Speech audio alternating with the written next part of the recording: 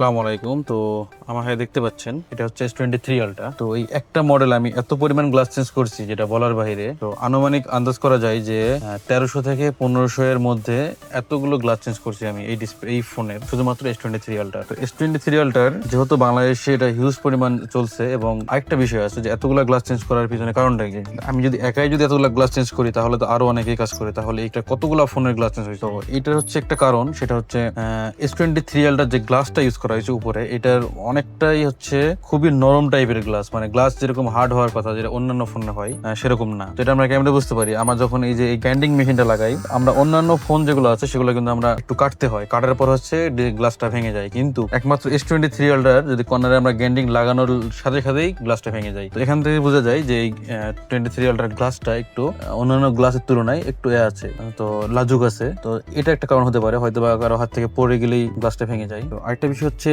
আমরা তো আইফোনের অনেক ডিসপ্লের অনেক কাজ করতেছি, অনেক এর থেকে বেশি করছি। হার্ড বিসেলের মধ্যে শুধুমাত্র আমি একা সিঙ্গেল এক পার্সন যে 1500 প্লাস বা 1300-1400 গ্লাস চেঞ্জ করা কিন্তু আসলে অনেক বড় একটা বিষয়, প্রায় 2-2.5 বছরের মধ্যে। তো আজকে আমরা যে কাজটা করতেছি সেটা হচ্ছে S23 আলট্রা, আমরা গ্লাস চেঞ্জ করবো। তবে স্যামসাং এর বরাবরের মতন একটা সমস্যা, সেটা হচ্ছে তারা ওয়াটার সিলটা হচ্ছে সাইডে কোনো ওয়াটার সিল ইউজ করে না, যার কারণে যত ময়লা আছে সব ভিতরে ঢুকে যায়। আর এই যে হাতের ঘাম বা ময়লা বা ওয়াটার ড্যামেজ, আপনি যেটাই বলেন, এগুলো কিন্তু সাইডে ঢুকে থাকলে বা ঢুকে গেলে বা হচ্ছে ওয়াটার ড্যামেজ হয়ে থাকলে আপনার ফোন যখন দিন আপনি ইউজ করতেছেন কোনো সমস্যা হবে না। এটা তখনই সমস্যা দেখা দিবে যখন আপনি যে ডিসপ্লেটাকে খুলতে যাবেন বা গ্লাস চেঞ্জ করতে যাবেন। কারণ স্যামসাং এর ডিসপ্লে আমরা যখন হচ্ছে ব্যাটারি চেঞ্জ করি বা মাদারবোর্ডের কাজ করি বা অন্যান্য কোনো কাজ করলে ডিসপ্লেতে কিন্তু কোনো খুলতে হয় না, কারণ আপনারা জানেন যে স্যামসাং এর ডিসপ্লে গুলো পিছন থেকে ব্যাকপার্ট খুলে কাজ করা হয়। কিন্তু যখন আপনি গ্লাস চেঞ্জ করতে যাবেন বা ডিসপ্লের কোনো কাজ করতে যাবেন রেবনে, তখন আপনাকে ডিসপ্লেটা খুলে নিতে হবে। আপনি যদি গ্রিন লাইন চেঞ্জ করতে যান, তো তখন এই ডিসপ্লে যখন আমরা খুলতে যাব তখনই আসলে এই যে ওয়াটার ড্যামেজ থাকলে ডিসপ্লেটা ফল করে নষ্ট হয়ে যায়। তো এটা আমি মনে করবো যে স্যামসাং এবং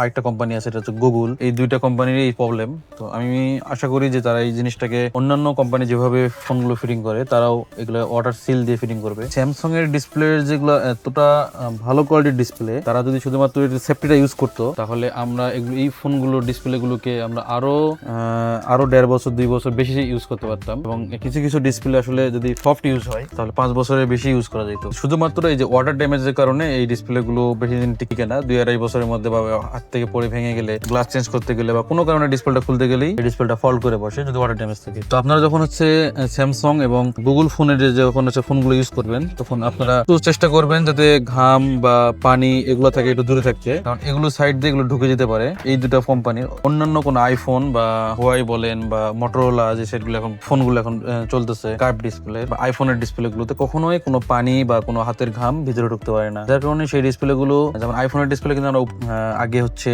ডিসপ্লে খুলে তারপর কাজ করতে হয়, তারপরে কিন্তু ইস্যু হওয়ার সম্ভাবনা খুবই কম। তো আপনারা যারা যখন হচ্ছে গ্লাস চেঞ্জ করতে আসবেন তখন অবশ্যই এটা মাথার মধ্যে রাখবেন যে আপনার গ্লাসটা কিন্তু ওকে হওয়ার সম্ভাবনা 99%, কিন্তু নষ্ট হয়ে যাওয়ার সম্ভাবনা কিন্তু 1% থেকে যায়, কারণ এই কাজগুলো সূক্ষ্ম কাজ। তো এইটা মাথায় রেখেই কাজ করতে আসবেন যে কোনো জায়গায়, শুধুমাত্র আমাদের কাছে না, যে কোনো জায়গায়। আমরা এখন হচ্ছে S23 আলট্রার এই গ্লাসটা আমরা চেঞ্জ করতেছি।